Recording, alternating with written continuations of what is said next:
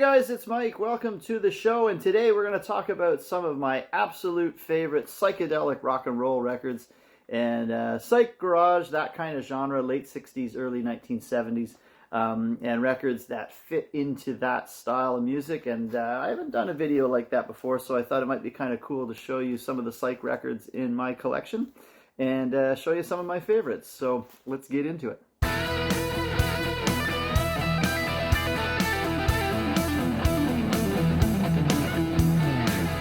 Okay, so right off the bat, I'm going to get into a couple of reissues, actually, because I don't own original pressings of these. But two records that are pretty early on in that genre, and maybe a little bit garage as well. But probably the one that started it all is the 13th Floor Elevators, and the psychedelic sounds of the 13th Floor Elevators, featuring the track You're Gonna Miss Me. And this is a great psychedelic record. Those of you who know this record know how cool it is. But if you're new to this band, check them out. They're pretty interesting. So that is the first one on my list that I think is pretty essential if you're getting into this genre. Another reissue that I don't have an original of is the Amboy Dukes, Journey to the Center of the Mind. And the Amboy Dukes was the first band for guitarist Ted Nugent. So he is the guitar player on this record. And whether you like Ted's politics or not, you can't deny the fact that he is an amazing guitar player and plays some pretty interesting fuzz tone drenched stuff on this record. So check that one out as well, the Amboy Dukes out of Detroit. And here we go, number 3 on my list here. These are not in any particular order, except I keep my records alphabetical, so I kind of pulled them that way. But this is the Animals and The Twain Shall Meet. This is sort of unlike a lot of other Animals records, and I think the big hit on this was Sky Pilot, but Monterey is also on here as well, which is another one of their more psychedelic explorations. So definitely want to check out. It was a real departure for what they had been doing up until that point. So this is a good one to find if you happen to track that one down. And last in this little first stack that I'm going to show you is Aphrodite's Child. And I don't know if there's an actual title to this record. I think it's just called Aphrodite's Child. They were a Greek band. I am a huge fan of this Vertigo label. That's this right there. There it is. And the Vertigo label stuff is pretty interesting. It's always kind of, I don't know, it doesn't sound like any other bands. It's not cliched stuff, that's for sure, that was recorded on Vertigo. It was stuff that was a little maybe left of center at the time. And they didn't sell large quantities, so they're hard to find. But I find everything on that label is interesting, and it just sounds like that band. Some of it's good, some of it's not very good, but it's collectible and pretty cool. This album, I don't know why, it sort of reminds me of The Who. I don't know really why that is, but maybe some of you have got a different idea about that. But if you have this record and you were trying to explain it to somebody else, it's kind of a weird Tommy style album to me. I don't know. It's interesting though, nonetheless, and definitely very psychedelic. So check that one out. Okay, next in my stack here that I'm looking through, I don't know, maybe these two of these, I don't know if they really qualify as true psych records or not, but they're definitely of that vein. And the first one is the Beach Boys' Smiley Smile, and Good Vibrations is on this. Heroes and Villains is on this. And there's a lot of stuff that's just weird that's on this one too. There's some parts of this I find almost unlistenable, but then the good spots are really good. So I don't know, it's okay. There's a lot of cool stuff on here. It's definitely worth investigating. There's some very psychedelic influence on here for sure. Obviously on the cover you can see that. And it's just different. It's a change of direction for the Beach Boys for sure. This is the album that followed Pet Sounds, so it was kind of in that same time frame as that stuff. So it's interesting. Check that one out. That is Smiley Smile. Next up, this is a little bit psych, a little bit garage. Beacon Street Union, The Cloud Died in Marvin Gardens. This is weird, and there's some stuff on here that's pretty cool, and there's some other stuff that's like, it's all right. But it's worth a listen and checking that one out. So that is Beacon Street Union. And another record here that, to me, can kind of fall into a few categories, but this is the Byrds' Fifth Dimension. And with the song 8 Miles High on this record, to me, it really does qualify and is, I mean, that song alone with the influence of jazz in there and other things, it's a remarkably interesting tune and a cool album. Check that one out. Okay, next little stack here. This one came to my attention through a viewer of the channel, actually. I wasn't really aware of this band. And I did a show one time, a long time ago, on just some of the records that were on Elektra. And they mentioned this band, Clear Light. And I had never heard this record before and sought it out, found it. I think Clear Light was a type of acid. Somebody who's, watched this will correct me on that, but I think it was.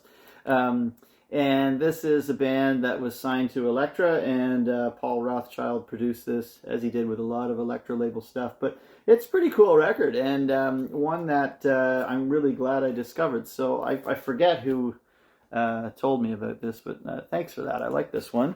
Another one here, Chambers Brothers, Time Has Come Today, and very cool record from the late 60s. And just for that track alone, this is worth picking up. It's usually pretty cheap if you see it. Here's one that's not very cheap if you see it, but the Trout Mask Replica. Does this qualify as a psychedelic record? I think it might.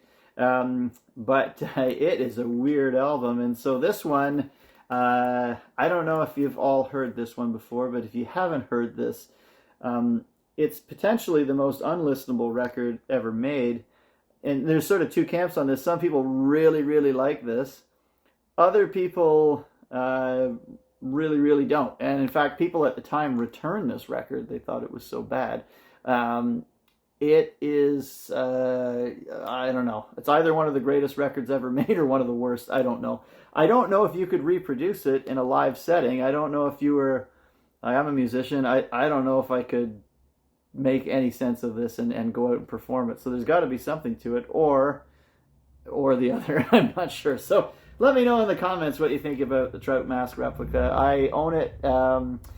I can never listen through it in one sitting. I just can't get through it. It's almost impenetrable to me, but for what it is, the Captain has a place here in my cabin at my studio. So that's Captain Beefheart.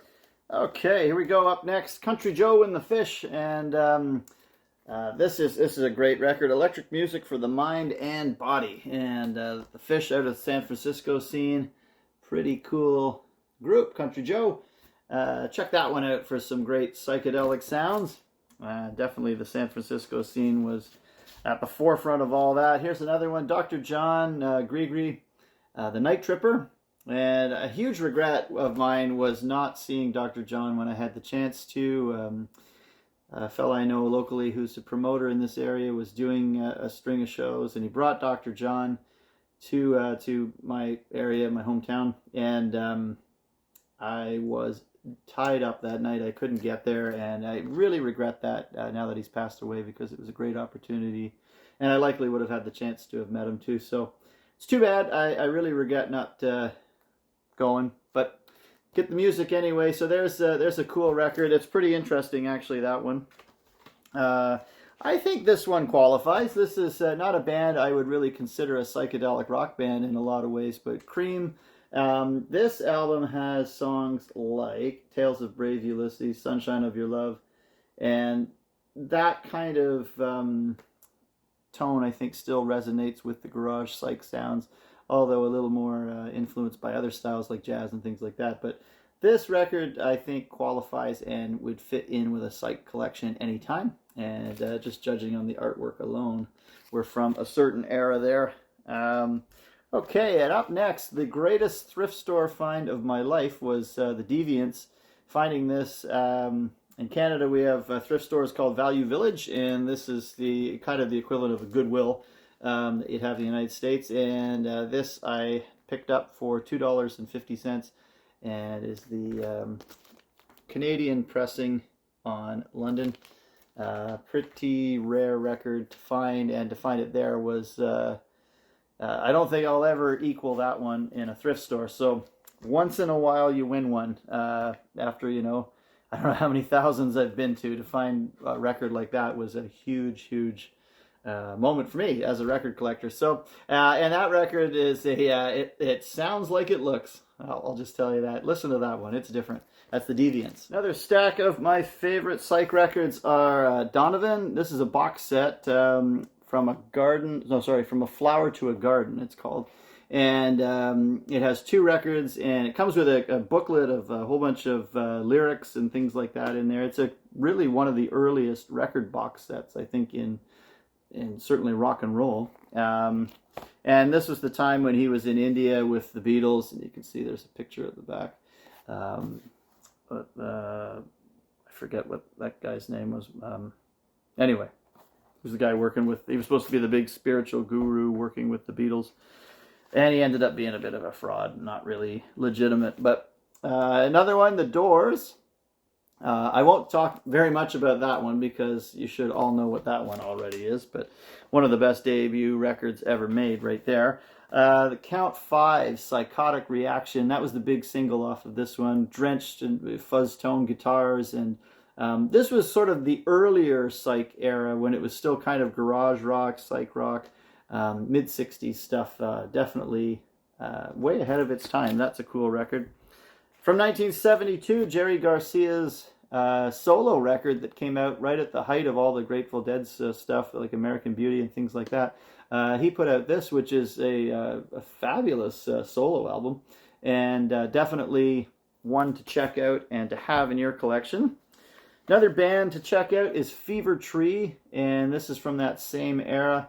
I don't know what song to kind of recommend off this. It's sort of a listen that you'd have to have. I think these guys are a Bay Area band, but I'm not sure. Somebody will put in the comments where they're from. I can't remember. It might actually be Texas, if I remember. I can't remember. Anyway, check them out. They are a cool psychedelic band. They had another one called Creation as well, but that's the better of the two, I think.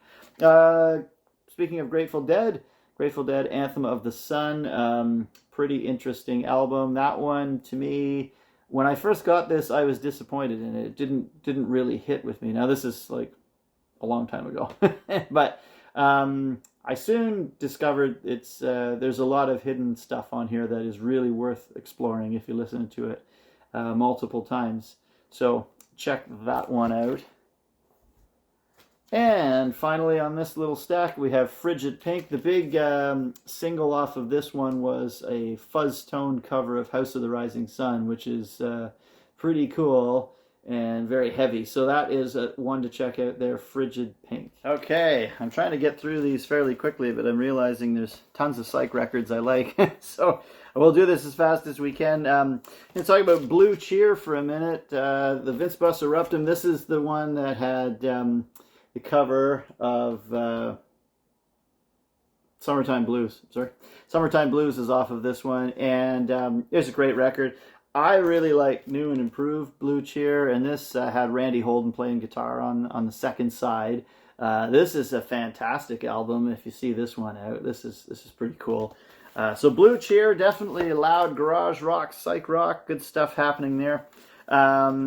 We have the Incredible String Band, and this is a crazy record. Layers of the Onion, and they were a very interesting band. There's a lot of like folk rock stuff happening in there. There's acid rock, psychedelic stuff. It's I don't know. It's an acquired listen probably for a lot of people, but it's on the Elektra label, and it's pretty cool. Check that one out. One of the guys in the Incredible String Band was Mike Herron, and this is his solo record called Smiling Men with Bad Reputations, and that's these guys. This is a pretty interesting record. You don't see it too often. It's not usually very expensive if you do see it, but it's pretty crazy. A different album to listen to. Check out that one. Here's a band that I don't know much about. Somebody told me they're from Sweden. They're called The Hounds, and this is From the Hounds with Love, and this was on the Stone label in Canada. And it is a strange record from friend of mine, his brother owned Stone Records, and he didn't even know much about this one. I think it's pretty obscure, but they have a bit of a Small Faces vibe to them. It's kind of poppy. It's sort of, I don't know, it's different, but one definitely, if you see it, there's not that many copies of them floating around, so check that one out. That's the Hounds. I couldn't pass up this one. Of course, we got to have Jimi Hendrix, Are You Experienced? This is a very rare first Canadian pressing on the Black Reprise label.